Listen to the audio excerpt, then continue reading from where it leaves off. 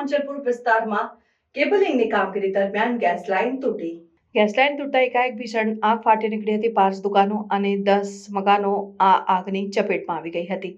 આગની ઘટનાની જાણ થતાં જ ફાયર બ્રિગેડની ગાડીઓ તુરંત જ ઘટના સ્થળે પહોંચી ગઈ. સ્પંદન સર્કલ પાસે રહેણાંક કોમ્પ્લેક્સમાં ભીષણ આગ ફાટી નીકળી હતી. હાલ કેબલિંગ કરતા કર્મચારીઓ આગમાં દાઝ્યા હોવાની માહિતી મળી છે. જોકે મકાનોમાં રહેતા પરિવારો આગની ચપેટમાં આવતા બચ્યા.